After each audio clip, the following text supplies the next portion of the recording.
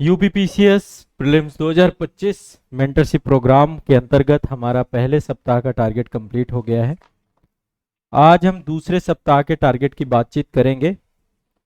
उससे पहले पहले सप्ताह में जो कुछ डाउट हैं जो आप लोगों के बीच से मेरे पास आए हैं, उन डाउट पे बात करेंगे और इसके बाद मैं आपको दूसरे सप्ताह की टारगेट शीट दूंगा। देखिए, जो मेंटरशिप बैच मैंने बनाया है, इसके पीछे का एक बहुत स्पष्ट उद्देश्य है कि 40 दिन में आपका रिवीजन हो जाए। आप यदि ये सोच करके इस कार्यक्रम को पूरा कर रहे हैं कि मेरा सिलेबस मैं नए सिरे से पढ़ूं, नए सिरे से कंप्लीट करूं, एक एक चीजें पूरी पढ़ डालूं, जो एक मानसिकता छात्र की होती है कि किताब मुझे पूरी रिवाइज करनी है, तो आप सही दिशा में नहीं है। फिर आपकी कहानी वहीं पे खड़ी है जब आप पहले दिन की तैयारी करना चालू कर चुके थे। मेरा मानना यह है कि जो भी छात्र यूपीपीसीएस प्रीलिम्स 2025 अब दे रहे हैं, जिन्होंने फॉर्म भरा है, वो सारे अब रिवीजन मोड पे आ गए होंगे। ये पूरी तरीके से एक रिवीजन प्रोग्राम है जहां पर आपको रिवीजन करना है, और रिवीजन करने के लिए आपके जो स्रोत हैं वो आपके अपने खुद के नोट्स होने चाहिए। इस दौरान कम से कम मैं आशा करता हूं कि आपने अपने नोट्स बना लिए होंगे। नोट्स या तो बुक में बनाए होंगे, यदि हम बुक भी पढ़ते हैं तो बुक भी शॉर्टलिस्ट करते हैं, एनसीईआरटी पढ़ते हैं तो एनसीईआरटी को भी शॉर्टलिस्ट करके रखते हैं कि एग्जाम के टाइम पे मुझे कम टाइम पे पढ़ना है। क्लास नोट्स यदि मैं बनाता हूं तो क्लास नोट्स को भी मैं शॉर्ट नोट्स करता हूं। हर चीज को आपको शॉर्ट नोट्स बनाया होगा आपने, उसी के अकॉर्डिंग पढ़ें, कोई भी नए सोर्स से ना पढ़ें। मैं बिल्कुल भी सलाह नहीं दूंगा कि आप इंटरनेट से इस समय पढ़ें, बिल्कुल ना पढ़ें। इंटरनेट से नहीं पढ़ना है आपको, ऑथेंटिक बुक। जैसे कि मैंने आपको बताया है कि जो भी मैं टॉपिक दे रहा हूं, पहले पीवाईक्यू देखिए, प्रीवियस ईयर क्वेश्चन देखिए। उसमें पहला उद्देश्य है कि हमारा पीवाईक्यू कंप्लीट हो रहा है। पीवाईक्यू से हमें पता चल रहा है कि किस सेक्शन को हमें ज्यादा देखना है, किससे कम देखना है। तो पहले पीवाईक्यू देख लो। पीवाईक्यू जो भी अवेलेबल है previous year question paper UPPCS exam के। पीवाईक्यू के बाद आप अपने क्लास नोट से, अपने सेल्फ नोट से, अपनी कोई स्टैंडर्ड बुक से आप उसको पढ़ लीजिए। यदि ये उद्देश्य लेकर चलेंगे तो ठीक है। यदि आप इस दौरान, जैसे बहुत सारे बच्चों का मेरे पास डाउट यह है कि सर आप वीडियो नंबर बता दीजिए कि कौन कौन सा वीडियो देखना है। इस समय यदि मैं वीडियो नंबर बताऊंगा तो एंशिएंट हिस्ट्री भर में केवल और केवल 103 वीडियो हैं। मेडिवल हिस्ट्री में लगभग 100 के आसपास वीडियो हैं। मॉडर्न हिस्ट्री में 150 वीडियो हैं। 350 वीडियो कैसे कर पाएंगे? फिर तो यही करने में आपका पूरा 40 दिन बीत जाएगा। आपने यदि इनके नोट्स बनाए हैं तो नोट्स पढ़िए, नोट्स में टाइम कम लगता है, बहुत फास्ट फॉरवर्ड पढ़ना है, एक बार आंखों के सामने से चीजें निकल जानी चाहिए। ये सोच करके आपको रिवीजन करना है, और ये रिवीजन प्रोग्राम है। तो पहले वीक का जो हमारा टारगेट था, फर्स्ट वीक का टारगेट था, एक बार मैं फर्स्ट वीक के टारगेट के टॉपिक आपके साथ डिस्कस कर रहा हूं। इसमें पहली बात, आपको ये टारगेट शीट में यह महसूस नहीं होगा कि मेरा ये सब्जेक्ट नहीं हो रहा है। पहली बात तो ये, यहां पे चूंकि सारे सब्जेक्ट है, सीक्वेंस है, जो सब्जेक्ट बहुत लेंदी, जैसे कुछ टॉपिक आपको बहुत लेंदी लगेगा कि हाँ ये टॉपिक लेंदी है, लेंदी है यदि टॉपिक, तो टॉपिक को भी आपको बहुत शॉर्टलिस्ट करके पढ़ना है। हर चीज नहीं पढ़नी उस टॉपिक की। जो चीज लग रहा है कि ये मुझे पढ़ी हुई है, जैसे आपने पढ़ना चालू किया, आपको लग रहा है पढ़ी हुई है, मुझे आती है, आप आगे बढ़ जाइए, जंप करिए। जितना जंप करके बस देखते हुए चलना है, ताकि ये हो जाए लास्ट मोमेंट पे आपका सारी चीजें कंप्लीट हो जाए। जब हमारा अंतिम वीक आएगा परीक्षा से एक महीने, एक वीक पहले आएंगे जब हम, उस दिन मैं आपको एक अलग पूरा सिनेरियो बनाऊंगा। हम एक वीक में भी आप कंप्लीट रिवीजन करोगे, देख लेना, एक वीक में सारे सब्जेक्ट के बहुत इंपॉर्टेंट टॉपिक का मैं रिवीजन कराऊंगा। ऐसा भी होने वाला है आपके साथ। लास्ट वीक की स्ट्रेटजी बहुत अलग टाइप की होगी, मतलब लास्ट वीक में आपका फाइनल रिवीजन राउंड होगा। तो ये वाला जो रिवीजन राउंड है, इसमें आप टॉपिक को देखिए, कोई भी स्टैंडर्ड बुक से प्रीवियस ईयर क्वेश्चन पेपर सबसे पहले, फिर स्टैंडर्ड बुक से पढ़िए, सेल्फ नोट से पढ़िए, क्लास नोट से पढ़िए। आपको मैं ये सलाह दे रहा हूं, ठीक है। अब ये वाले टॉपिक पहले वीक में जो हमने किए थे ऑलमोस्ट सबने कंप्लीट कर लिए होंगे। इसमें सी सेट भी सम्मिलित है आपका। जैसे इसमें मैंने जो सी सेट का टॉपिक दिया था आपका, कोडिंग डिकोडिंग यानी सीरीज से दिया था, इससे हर बार 4 से 5 क्वेश्चन से ज्यादा भी आ जाता है। 4-5 क्वेश्चन तो आते हैं रफली। तो आप सोचिए कि अब आपके सी सेट के, इससे मैंने कितने क्वेश्चन बोले थे पहली टारगेट शीट से, कितने कंप्लीट होंगे? लगभग 25 क्वेश्चन आपके यहां से निकलेंगे, ठीक है। अब अगली टारगेट शीट से भी लगभग 25 क्वेश्चन आपके बन रहे हैं। 25 क्वेश्चन अगली टारगेट सीट पूरी करेंगे, टारगेट वीक 2, तो 25 क्वेश्चन आपके पूरे हो जाएंगे यदि आप इसका रिवीजन करेंगे। तो चलिए दूसरे वीक की टारगेट सीट पे मैं आप सभी को पहले एक बार टारगेट सीट आपको मैं डिस्ट्रीब्यूट कर देता हूं। ऑनलाइन बच्चे जितने भी ऑनलाइन बैच वाले स्टूडेंट हैं, आप सभी का मेंटरशिप बैच है, वहां पर आपको पूरा एक मेंटरशिप प्रोग्राम करके एक पूरा फोल्डर बनाया गया है, उसी के अंदर आपके वीडियो भी लग रहे हैं, पीडीएफ भी लग रही है। दिक्कत आती है संस्था को कॉल कर लीजिए। टेलीग्राम से सारे बच्चे जुड़ जाइए और टेलीग्राम में मैंने व्हाट्सएप की लिंक भी भेजी है, व्हाट्सएप ग्रुप से भी जुड़ जाइए, दोनों चीजें आप लोग कर लीजिएगा। एक बार ये टारगेट सीट आप डिस्ट्रीब्यूट कर लीजिए आपस में, अतिरिक्त हो तो आप मुझे वापस कर दीजिएगा, ठीक है। बाहर मैंने वीक 2 इस बार मेंशन करवा दिया है, पहले उसमें मेंशन नहीं था, इस बार यहाँ पे मेंशन है टारगेट वीक 2। चलिए एक बार ओपन कर लेते हैं फाइल को। इस बार थोड़ा सा पहले वीक से, चूंकि पहले वीक में एक स्टार्टिंग फेज था आपका, अब स्टार्टिंग से अब आप मैं एक तरीके से सेकेंड स्टेज पे आ गए। टारगेट सीट मिल गई सभी के पास, आ गई, हाँ। टारगेट वीक 2 में देखिए उसी तरीके से है पूरा प्रोग्राम। इसका जो इंट्रोडक्शन वाली सीट है, एक सीट मैंने आपको इंट्रोडक्शन की भी दी थी, ये वाली सीट बीच बीच में जहां पे आपको डाउट होता है कभी भी कुछ भी, ये सीट आपको पढ़ना जरूर है, जिसमें सब कुछ मैंने लिखा है कि क्यों ये कार्यक्रम मैंने बनाया है। सोर्सेज भी देखिए यहाँ पे लिख दिए हैं मैंने, ये वाला पूरा इसमें सोर्सेज भी लिख दिए हैं, आपको क्या क्या सोर्सेज पढ़ना है, क्लास नोट्स, सेल्फ नोट्स, मानक स्रोत आपको। और एनसीईआरटी से आप पढ़ोगे, एनसीईआरटी में सीक्वेंस से सारे टॉपिक नहीं मिलेंगे, या एनसीईआरटी में भी 11 12 की एनसीईआरटी ही फॉलो करनी है, यदि करना भी है तो 6 7 8 की एनसीईआरटी से मत पढ़ने लग जाना, है ना। स्टैंडर्ड और मानक किताब ही पढ़नी है। इसमें देखिए टॉपिक एंशिएंट हिस्ट्री में, चूंकि तीनों टॉपिक एक साथ जुड़े हुए हैं, एक साथ तीनों घटनाएं घटी हैं, महाजनपद काल, बौद्ध धर्म और जैन धर्म में तीनों एक साथ की घटनाएं हैं, तो मैंने ये टॉपिक को एक साथ जोड़ दिया। बस ये 3 टॉपिक के नाम से तीनों से 5-5 क्वेश्चन आपके बनेंगे, ठीक है। दूसरे नंबर पे कंप्लीट आपका मुगल साम्राज्य है, मध्यकालीन भारत के एंशिएंट हिस्ट्री से। टारगेट वीक 1 में इंडस वैली सिविलाइजेशन हो गया था आपका, ठीक है। अब आपका महाजनपद काल, बौद्ध धर्म, जैन धर्म। बहुत ज्यादा लकीर का फकीर मत बनिएगा, बहुत फास्ट फॉरवर्ड पढ़ना है, एग्जाम ओरिएंटेड पढ़ना है। पीवाईक्यू जरूर देखने हैं आपको, और पीवाईक्यू देखने के बाद आप इसको थोड़ा सा अपने नोट्स, क्लास नोट्स उनसे जरूर पढ़िएगा, क्योंकि यदि मेहनत कर रखी है आपने, आप लोगों के साथ क्या होता है, क्लास नोट्स बना रखे हैं, अब आप वो क्लास नोट जब रिवीजन का टाइम आ रहा है तो आप इग्नोर कर दे रहे हो। पीवाईक्यू देखो और अपने क्लास नोट्स, सेल्फ नोट्स उनको देखो। बहुत ज्यादा किताबों के चक्कर में, बहुत ज्यादा कंटेंट के चक्कर में पढ़ोगे, ये टारगेट पूरा नहीं कर पाओगे। बहुत फास्ट फॉरवर्ड आपको इस टारगेट से आगे बढ़ना है, ये नहीं चिपक नहीं जाना है, बस मैं ये कहना चाह रहा हूं, चिपकना नहीं है, पढ़े निकल गए। दूसरा है मेडिवल हिस्ट्री में हमने दिल्ली सल्तनत कंप्लीट किया था, इसमें मुगल साम्राज्य कंप्लीट करेंगे। मुगल साम्राज्य में औरंगजेब तक 1707 तक पढ़िएगा, ठीक है। मॉडर्न हिस्ट्री में देखिए मैंने ये वाली जो बुक बनाई है, इसमें टॉपिक सब टॉपिक है, सिलेबस रिसर्च करके बुक है। इस बुक का भी मैं विस्तार भी कर रहा हूं, इसका सेकंड एडिशन में संभवतः अगले महीने में ले आऊंगा। वो बहुत डिटेल होगा, बहुत डिटेल होगा, जिसमें एक एक छोटा सा सब टॉपिक भी लिखा होगा। तो अभी मैं उस पर काम कर रहा हूँ, यदि वो हो जाती है, वो किताब आपकी रेडी हो जाती है, ये इसमें जैसे ये टॉपिक लिखा ना मुगल साम्राज्य, तो उसके सब टॉपिक भी इसमें लिखे होंगे, क्या क्या चीजें पढ़नी होती हैं, ठीक है। तो ये वाली बुक आपकी ई पीडीएफ के रूप में बैच में भेज दी गई है, जो बच्चे बैच वाले हैं उनको भेज दी गई। सिलेबस के जस्ट नीचे सिलेबस रिसर्च लगा हुआ है इसका, हाँ ये बैच में है, अवेलेबल है, सिलेबस के जस्ट नीचे लगी है सिलेबस रिसर्च, जो हाँ टॉपिक सब टॉपिक की। तो आप इससे क्या है, टॉपिक सब टॉपिक देख सकते हैं, टॉपिक लिखा है उसके सब टॉपिक क्या क्या पढ़ने हैं।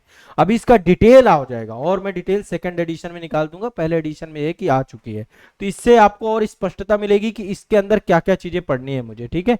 इसके बाद आपका मॉडर्न हिस्ट्री में हमने यूरोपीय शक्तियों का आगमन पिछले वीक पढ़ा था, ब्रिटिश गवर्नर, गवर्नर जनरल और वायसराय, ये भी बड़ा टॉपिक था, ये भी पढ़ा था आपने। अब 1857 की क्रांति और 19वीं सदी में सामाजिक धार्मिक सुधार आंदोलन, भारतीय पुनर्जागरण काल के तौर पे हम इस पूरे टॉपिक को कंप्लीट करेंगे। 1857 की क्रांति भी जब पढ़ना है ना, तो पीवाईक्यू पहले देखो कहां से क्वेश्चन निकल रहे हैं, फिर वही टॉपिक को टारगेट करो, ये नहीं कि पूरे 1857 की क्रांति के चक्कर में पड़ गए। तो ये 2 टॉपिक आप कंप्लीट करेंगे। अब ये अपने आप में ऐसा नहीं बहुत छोटा सेगमेंट है ना, आपको एक दिन में ये मान लीजिए ये वाला तो टॉपिक मेरे ख्याल से ज्यादा नहीं है, 1 डेढ़ 2 घंटे में कंप्लीट रिवाइज किया जा सकता है। ये टॉपिक को भी पूरा 2 3 3 घंटे ये टॉपिक को लगेगा। इनमें भी आपको मतलब इसी हिसाब से, जैसे अब मेरे से आपका, मुझे बहुत फास्ट, मुझे रिवीजन करने में टाइम नहीं लगता। अब आपका कितनी बार रिवीजन है, अब हो सकता है कुछ कहे मैं सर पहली बार ही मुगल काल पढ़ूंगा, तब तो फिर आपके बस का नहीं है रिवीजन कर पाना। फिर आप फाउंडेशन करिए, 1 2 साल पढ़िए अपना रिवीजन, तब आप फिर अगले साल कब एग्जाम दीजिए, ठीक है। पर यहाँ पे आप इसको रिवाइज बहुत फास्ट फॉरवर्ड रिवाइज करिएगा। आर्ट एंड कल्चर भी लेके चल रहे हैं, मूर्ति कला पढ़ेंगे। यहाँ पे मूर्ति कला में गंधार कला शैली, मथुरा कला शैली और अमरावती कला शैली, ठीक है। थोड़ा सा मूर्ति कला से जुड़ी हुई जानकारी नितिन सिंघानिया की बुक में दिया गया है, वो बुक आप देख लेना स्टैंडर्ड बुक के तौर पे। चित्रकला में भी जैसे जब आप पीवाईक्यू देखोगे तो चित्रकला में क्वेश्चन जहांगीर के टाइम पीरियड पे चित्रकला या भीमबेटका की चित्रकला जो है उस टाइप के क्वेश्चन को आपको देखना है, ठीक है। जहांगीर के टाइम पे कौन थे चित्रकार, कौन थे अकबर के टाइम की, थोड़ा बहुत इस तरीके से इंपॉर्टेंट चीजें आपको देखनी उठानी है, ठीक है। तो ये नहीं कि फिर पूरा पढ़ने लग गए, वो फिर बहुत डेप्थ और वो हो जाएगा। आपको प्रीलिम्स व्यू पॉइंट से रिवाइज करना है मूर्तिकला चित्रकला, ठीक है। इसके बाद आपका पॉलिटी में आ जाते हैं। पॉलिटी में हमने पिछले सेशन में पिछले वीक में किया था भारतीय संविधान की पृष्ठभूमि, संविधान की प्रस्तावना, ठीक है। जो बच्चे टारगेट वीक 1 कंप्लीट नहीं किए हो वो टारगेट वीक 2 में नहीं उतरेंगे। पहले टारगेट वीक 1 कंप्लीट करना है, फिर टारगेट वीक 2 में आना है, ठीक है, ध्यान रखिएगा। अब करना है फंडामेंटल राइट, बहुत फास्ट फॉरवर्ड पढ़ना है। क्या पढ़ना है एफआर में? एफआर में हमें आर्टिकल्स देखने हैं सारे, पहली चीज। दूसरा, आर्टिकल 32 को थोड़ा डेप्थ में देख लेना, कुछ इससे जुड़े हुए यदि केस हैं तो केस देख लेना, बस ये देखना है। और क्या करना है, जल्दी जल्दी तुरंत फास्ट फॉरवर्ड आर्टिकल देख लीजिए जितने भी हैं। 1 2 संविधान के केसेस हैं जो इससे जुड़े हुए हैं वो देख लीजिए, और आर्टिकल 32 में थोड़ा सा, ठीक है। बाकी हम टेस्ट में चीजों को ऐड करेंगे, इन्हीं टॉपिक से सारे से आपके टेस्ट होंगे। राज्य के निषेध तत्व में आर्टिकल्स तैयार करने हैं आपको, proper article match the following आते हैं, सारी चीजें देख लेना। इसके बाद ज्योग्राफी में बहुत बड़ा टॉपिक है ये, भारत की नदियां, कंप्लीट पूरा चैप्टर है। यदि आपने पढ़, मेरे लिए तो 1 घंटे का चैप्टर है ये, 1 घंटे में मैं आपको पढ़ा भी चुका हूँ, 1 घंटे में पढ़ा भी जा सकता है ना। 2 भागों में बांट के पढ़ लिया, उत्तर भारत की नदियां, प्रायद्वीपीय भारत की नदियां, फिर सिंधु, गंगा और ब्रह्मपुत्र नदी तंत्रों को एक एक करके देख ला। 2 मिनट में इधर देखा, 2 मिनट में नीचे। हाँ, पूरी नदी तंत्र है पूरा, भारत की नदियों में सारा कुछ आता है कंप्लीट। तो इसके बाद वर्ल्ड ज्योग्राफी में यूरोप महाद्वीप और विश्व के घास प्रदेश, ठीक है, ये करना है। पढ़ चुके होगे ये सब, कोई ऐसा थोड़ा ना पहली बार पढ़ रहे हो। तीसरा, विश्व के सागर और उससे लगे देश, ये भी बना लिया होगा, ये ऑलरेडी प्लेलिस्ट है, आप देख सकते हो। वर्ल्ड ज्योग्राफी की प्लेलिस्ट में मैंने सारे करवा रखे हैं। इसके बाद इकोनॉमी में आ जाते हैं, नेशनल इनकम और कैसे उसका मापन करते हैं, इसमें जीडीपी, एनडीपी, जीएनपी, एनएनपी, ठीक है, चारों पैरामीटर्स। थोड़ा सा फास्ट फॉरवर्ड, पहले पीवाईक्यू देखो, पीवाईक्यू घटना चक्र पूर्वावलोकन से देख लो, यूज से देख लो, जिससे देखना है देख लो। हाँ है, बजट नया वित्त वर्ष जो अभी चल रहा है, पूरा बजट तैयार करना आपको इकोनॉमी में, ठीक है। करंट अफेयर्स का टॉपिक है, बट एग्जैक्टली यहाँ से 1 2 क्वेश्चन निकलते हैं। तो हम बजट को, और बजट में भी लकीर का फकीर मत होना, डेटा याद करने लग गए हैं, इतना जो है राजस्व रफली बड़ा बड़ा देखना है चीजों को। कौन कौन सी नई स्कीम आई हैं, योजनाएं आई हैं, किसको क्या आवंटन हुआ है, किस स्कीम को ज्यादा अलॉटमेंट हुआ है, क्या राजकोषीय घाटा है, ये थोड़ा सा एक बार पूरा डेटा देख लिया, ठीक है। कितने कितने सेक्टर हैं, किन किन मुद्दों पे बात की गई है, थीम क्या रही बजट की, बस देख के आगे बढ़ जाओ। ये नहीं चिपक गए, अब आप एक एक शब्द नहीं याद कर पाओगे, सिर्फ रिवाइज करना है। और उम्मीद है कि आप लोगों ने बजट पढ़ रखा होगा। बजट पे अभी वीडियोज आजाद इस एकेडमी में आ भी रहे हैं, आप उनको देख सकते हैं। Science and technology, science and technology मैंने इसका टर्म्स दे दिया, वैसे जनरल साइंस आपका पीसीएस में पूछा जाता है।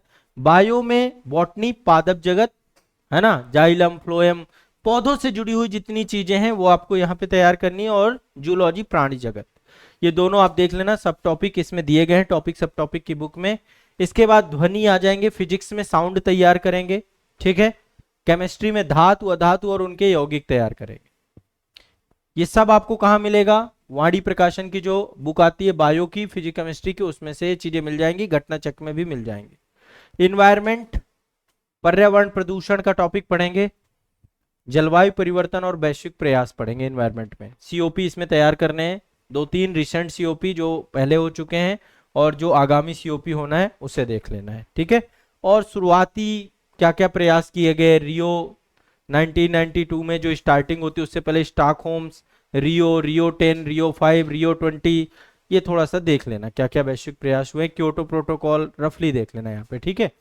इसके बाद करंट अफेयर्स में अंतरराष्ट्रीय संगठनों के शिखर सम्मेलन अभी जितने हुए हैं, चाहे ब्रिक्स हो, G7 हो, या G20 हो, या संघाई शिखर सहयोग सम्मेलन हो, आसियान हो, जितने भी आपके अंतरराष्ट्रीय शिखर, इनके सम्मेलन कहाँ हुए, कब हुए, क्या थीम रही, क्या बातचीत हुई, भारत की क्या वहां भूमिका रही। कुछ पुरस्कार और सम्मान, प्रमुख पुरस्कार में से जैसे आप इनको कैटेगरीफाइज करिए, साहित्य जगत के पुरस्कार अलग हैं, ज्ञानपीठ किसको मिला, साहित्य अकादमी किसको मिला, खेल पुरस्कार अलग हैं, फिल्म जगत के पुरस्कार अलग हैं, पुरस्कारों की भी कैटेगरी आपको बनानी पड़ेगी, भारत रत्न अलग हैं, पद्म भूषण, पद्म विभूषण, पद्म श्रीज अलग है। तो आप इस तरीके से पुरस्कारों की एक लिस्ट अपने पास रखिए। आमतौर पे जो करंट अफेयर्स की मैगजीन आती है उसमें ये कैटेगरी नहीं मिलती, पर आपको अपने नोट्स को कैटेगरीफाइज करके बनाना और बहुत ज्यादा पुरस्कारों के चक्कर में नहीं पड़ना, ठीक है। जो इंपॉर्टेंट पुरस्कार हैं हाल ही में दिए गए, अभी प्रधानमंत्री जी ने एक नया पुरस्कार MS स्वामीनाथन पुरस्कार स्टार्ट किया है, तो हाँ, तो वो भी देख लीजिएगा। इसके बाद अभी कुछ नई अपॉइंटमेंट्स हुई हैं हाल फिलहाल में, अपॉइंटमेंट से एक बार देख लीजिएगा सरसरी निगाह से, कौन CGI है अभी लेटेस्ट में, कौन चुनाव आयुक्त हैं, कौन जो है आपके इस समय आपके जो है मतलब सारे जितने भी हैं नई सारी जितनी नियुक्तियां देख लेना है। यूपी स्पेशल में यूपी का बजट, यूपी की जनजातियां, यूपी की इकोनॉमी का मतलब क्या होता है, योजनाएं। उत्तर प्रदेश सरकार जो हमारा 1 ट्रिलियन इकोनॉमी का पूरा दृष्टिकोण है उसमें क्या क्या काम कर रही है, ठीक है। इसके बाद CSET में CFLCM और ब्लड रिलेशन। इस हिसाब से टारगेट वीक थोड़ा सा आपके लिए बड़ा है, पर टाइम भी पर्याप्त आपको मिलेगा। संडे मिल रहा है इस बार पूरा आपको, संडे रेस्ट डे नहीं रहा संडे भी अब आपका फुल स्टडी डे के तौर पे आपको एंजॉय करना है। अगला टेस्ट हमारा रहेगा, जैसा हमारा शेड्यूल्ड है उसी हिसाब से हम टेस्ट रखेंगे। अब इतना आपको कंप्लीट करना है, अब आपके दिमाग में एक सेट कर लेना है। देखो अब आप एक चीज समझ पा रहे होगे, हम एक सीक्वेंस से चल रहे हैं सब्जेक्ट के, इस सब्जेक्ट का इंपॉर्टेंट हाईलाइटेड सेक्शन ही आपको पढ़ना है। हर चीज पढ़ने के चक्कर में आप रिवीजन नहीं कर पाओगे, अब सब कुछ नहीं पढ़ा जाता। हमेशा सबसे पहले जब प्रीलिम्स नजदीक आ जाता है तो ये तय करना होता है क्या नहीं पढ़ना है। तो हर टॉपिक में पहले ये स्पष्टता रखिए क्या नहीं पढ़ना है। कैसे पता चलेगा क्या नहीं पढ़ना है, PYQ से, PYQ से पता चलेगा ये तो नहीं पढ़ना है। बुक से मत पढ़िएगा, पहले PYQ फिर बुक, ताकि क्या नहीं पढ़ना ये क्लियर रहे। इसमें क्या नहीं पढ़ना है ये पता होना चाहिए, नहीं तो फिर ऐसा भी पढ़ जाओगे जो नहीं पढ़ना है। इसीलिए पहले PYQ और बाद में, मेरी बात समझ रहे हो, ठीक है। तो ये सेगमेंट से आपको पूरा इसको चलना है, बिल्कुल भी अपने दिमाग में तनाव नहीं रखना है, मस्त होकर के पढ़ाई करना है। जितना भी टाइम है, तनाव में क्या होगा, डरोगे, डर के कोई फायदा है नहीं। एक रिवीजन अभी ये चल रहा है, एक लास्ट रिवीजन और कराऊंगा जब लास्ट वीक आएगा आपका, है ना, उसमें हम पूरा रिवीजन करेंगे और देखना आप कर ले जाओगे। मुझे पता है आपके अंदर की पावर, आप कर ले जाओगे, बस आपको मेरी बातें मानना है। ये बस सीक्वेंस लेके चलो, फिर एक बार पूरा कंप्लीट राउंड अप करेंगे एक वीक में, ठीक है। अब यहाँ पे मतलब ऐसा, काश ऐसा होता कि एक कैंपस होता, उस कैंपस में आप सब रह रहे होते है, एक लाइब्रेरी होती, वहां पे पूरा सब कुछ टारगेट भी उस हिसाब से चलता, एक बांस होता बढ़िया सा डंडा, जो पूरा नहीं करता वो पिटता भी, है ना, वो भी होता, पिटाई भी होती आप लोगों की।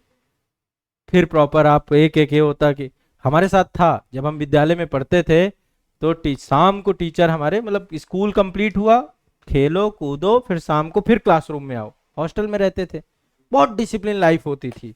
हॉस्टल में टाइमली लाइटें बंद हो रही हैं। अभी क्या हो रहा है, अभी 3 चीजों से बचना, पिछली वीक में भी बताया था। पहली चीज मोबाइल से, यदि मोबाइल अभी आपका साथी बन गया, आप कुछ नहीं कर पाओगे। लिख लो रील वाले, अभी इसमें शिक्षक भी रील वाले हो गए, अभी चल रहा है, इसमें विवाद भी चल रहा है ना। आप भी रील वाले, स्टूडेंट रील वाले हैं तभी टीचर रील वाले बने हैं। यदि आप रील वाले ना बने, आप रील देखना बंद कर दो, तो फिर क्या हो जाए, यूट्यूब बहुत अच्छा प्लेटफॉर्म था, लेकिन जब से रील आई है, रील के चक्कर में सब सब रीलबाज हो गए। पढ़ाना किसी को नहीं है। आंदोलन भी हो रहे हैं तो उसमें सबसे पहले मेरी फोटो आ जाए, गाना लगता है कि तूने धरती, वो भगत सिंह वाला गाना लगाया जाता है? किया कुछ नहीं है, भगत सिंह का गाना लगा के वो आंदोलन चलते हैं। तो वो चीजें से बचो, मेरा कहना है मोबाइल से बचो, मोबाइल ही असली दुश्मन है आपका। दूसरा, प्रेम प्रसंग, इनसे भी बचना है इस दौरान, जीवन में जितना इसमें आप संतुलन बैठा पाए। तीसरा, अनावश्यक मित्रता, यदि ये तीन बचा पाए तो हो जाएगा, नहीं तो आप नहीं कर पाओगे। लिख के ये दे रहा हूं, अभी लिखवा लो, मत पढ़ाई करो, कोई मतलब नहीं,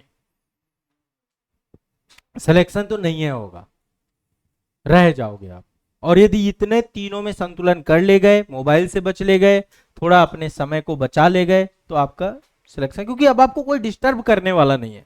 अभी क्या है, आउटसोर्स आ रहे हैं आपको डिस्टर्ब करने वाले, मोबाइल में कोई ऐसा कंटेंट आ जा रहा है जो आपको परेशान कर दे रहा है ना। वो आधे तो ये जो एस्ट्रोलॉजर होते हैं, एस्ट्रोटॉक वाले, ये अलग इनका चलता रहता है कहानी, वो अलग ही दुनिया की पूरी कहानी। एक वास्तु शास्त्र वाला जो है वो चलता है, ऐड चलता है, उनका बस चले तो पूरा घर आपका तोड़ के फिर से पूरा बना दे, उस तरीके के ऐड भी चलते हैं। फिर से भी संतुष्ट ना हो, फिर देखे कोई कि यार क्या बना डाले तुम, है। तो आप चीजों से बचो। ये पूरी एक, मतलब अब यूट्यूब के अंदर जो कमर्शियल दुनिया डेवलप हो रही है ना, जो हर चीज को बेचना चाह रही है, कोई कह रहा है आपके मोबाइल नंबर के को वो नंबरिंग ही सही नहीं, वो भी आते हैं। कुछ कह रहे हैं फेलियर आपके डीएनए में घुस गया है, वो भी वर्कशॉप जो 3-3 घंटे के वर्कशॉप करा रहे हैं, सारी चीजें करा रहे हैं, इन सब चक्करों से बचो। मेहनत इसीलिए जितना कम, वो डिस्ट्रैक्ट करेगा आपको, छोटी छोटी चीजें आके डिस्ट्रैक्ट करेंगी। कोई टीचर आपस में लड़ रहे हैं, उनकी लड़ाई में आपको मजा आने लग गया, है ना। वो सब चीजों से अभी आपका कोई भला नहीं होना। टीचर कल फिर दूसरे एक दूसरे की थाली में खाते हुए मिलेंगे आपको। आपको अभी अपना स्वार्थ देखना है, आपको सिर्फ पढ़ाई करनी है, और इस दौरान कंप्लीट फोकस्ड होके पढ़िए। इसके बाद हमारा, हाँ कुछ पूछ रहे थे, वो एक्चुअली आप उसका हिडन पार्ट नहीं देख पा रहे हैं। वो लाइफ में सक्सेस जरूर है, लेकिन अब और सक्सेस होना चाहते हैं तो लड़ाई के माध्यम से ही और सक्सेस हो सकते हैं, और व्यूज आ सकते हैं, और इंगेजमेंट हो सकता है, और रीच बढ़ सकती है। हाँ, तो वो चीज आप समझो, वो चीज नहीं समझोगे तो फिर आप प्रोडक्ट बन जाओगे, यूज कर लिए जाओगे। ये लड़ाई जो हो रही है और सक्सेस होने के लिए हो रही है, और आपका टाइम खराब किया जा रहा है। किसी को फर्क तोड़ना पड़ रहा है कि बच्चों का पीसीएस का एग्जाम है, किसी का सीजीएल का एग्जाम है, कोई कोई रिफॉर्म नहीं चाह रहा, सब चाह रहे हैं कंट्रोवर्सी क्रिएट हो, चीजें हो, बस है। वो चलो ठीक है, देखो अभी उन सब मुद्दों पे बात नहीं करेंगे, ये बहुत सारी गलतियां हैं। यदि हम कमियों में आ जाए तो कमियां बहुत सारी है, वो कमी अलग टाइप की चीजें हैं, उस पर डिस्कशन करने लग जाओगे तो बहुत लंबी लिस्ट है।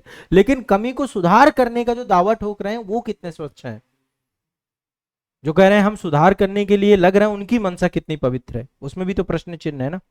चलो अलग बात है, हम अपने मुद्दे पे आते हैं। तो मैं जो कह रहा हूं कि टाइम का यूटिलाइजेशन करना है, टाइम बिल्कुल खराब नहीं करना। इस दौरान कोई भी किसी भी तरीके से आप बातचीत ना करिए, फोन मिनिमम यूज करिए, ठीक है। फोन का न्यूनतम, ऐसा हो जाए आपका फोन लगाया जाए और लगे कि यार फोन उठ ही नहीं रहा, तो खुशी आ जाए कि यार मतलब फोन नहीं, मैंने फोन लगाया पहली बार में उठा लिया। अब जैसे इनको मैंने दोबारा फोन किया, इनका स्विच ऑफ आया, मुझे लगा चलो बच्चा सीरियस है, फोन स्विच ऑफ करके लेकिन गलत बात है, वो अच्छा डिस्चार्ज हो गया था मतलब मैं गलत खुश हो रहा था। फोन आपका लगाते लगाते थक जाए कि यार उठा ही नहीं रहे हैं, ऐसे बनो अभी के टाइम पे। घर वालों का अपना एक मैसेज ड्रॉप कर दो कि भाई मैं अब शाम को इतने बजे कॉल करूंगा, यदि उनका फोन आता है तो, अन्यथा आप फोन को साइड कर दो बिल्कुल से। किसी का भी फोन आ जाए, अभी आपका आपका कैरियर आपके दाव में है, सामने कैरियर खड़ा है, इसलिए मोबाइल को, कि वो उठाने के बाद, फोन उठाने के बाद फिर उंगलियां फिक्स हैं। फोन के साथ होता क्या है, उठा, ऑटोमेटिक लॉक खोला, ऑटोमेटिक ऐप पता है उंगलियों को कहां जाना है, वो ऐप में गया, जल्दी जल्दी उसने ऐप में जो देखना हुआ देखा, पता चला 3 घंटे खत्म। फिर इसके बाद वो दूसरे फिर रख दिया थोड़ी देर के लिए, फिर वो क्या है, फिर आप डिस्ट्रैक्ट हो, फिर लगेगा थोड़ी देर सो लेता हूँ, आराम कर लेता हूँ। इसलिए वो अनावश्यक थकान से बचना है, ठीक है, ये सब आपके उसमें क्रिएट हो चुका है, बायो साइकिल में आपके ब्रेन में एक साइकिल क्रिएट हो गई है, उन सबसे बचना है। तो टारगेट वीक 2 में कोई दिक्कत तो नहीं, किसी को कोई आपत्ति जिक कुछ भी नहीं है, पूरा करना है बस, ये मान लीजिए। हाँ एक, अच्छा उससे भी ऐड किए आपने, हाँ ठीक। सिलेबस रिसर्च बुक मतलब आपको बेनिफिट करेगी, थोड़ा सा और डीप में जाके देखना है। बाकी मैं इस बुक को और डीप कर रहा हूँ, क्योंकि चूंकि पहली दृष्टिया बनाया तो मैंने बहुत ज्यादा नहीं लिख पाया, अब सेकंड दृष्टिया इसको बना रहा हूँ, तो ये डीप कर दूं। सब कुछ है प्रभु, हाँ मैं भी तो यही कह रहा हूँ। 39 सब्जेक्ट डाले मैंने, सारे स्टेट पीसीएस मिला दिए हैं इसमें। आपको आपका जो सब्जेक्ट है उस सब्जेक्ट को आप आकर के इसमें देख सकते हैं। तो 20 साल नहीं, 10 साल का अनुभव। हाँ पढ़ रहे हैं। हाँ हाँ, 10 साल का अनुभव है। और सबसे बड़ी चीज ये है कि जब मैं कोई काम कर रहा हूं तो मेरे पीछे लगे हुए हैं 9 स्टेट पीसीएस। आपके दिमाग में केवल यूपी पीसीएस चलता है, मेरे को अब सिलेबस बनाना है तो 9 बनाने हैं, है ना। बुक्स लिखनी है तो 9 का सिलेबस देख के बनाना है, 9 के हिसाब से मैं कंटेंट राइट कर रहा हूँ, लिख रहा हूँ, जो भी कर रहा हूँ। तो वो जो है अनुभव ज्यादा है, उस चीज का एक्सपीरियंस अपना अपने आप में बहुत डेप्थ जाके फिर काम करना पड़ता है। ठीक है फिर ये हमने जो है काम कंप्लीट कर लिया। अब इसके बाद थोड़ा सा टेस्ट सीरीज को लेकर के कोई आपके डाउट दुविधा कुछ भी हो तो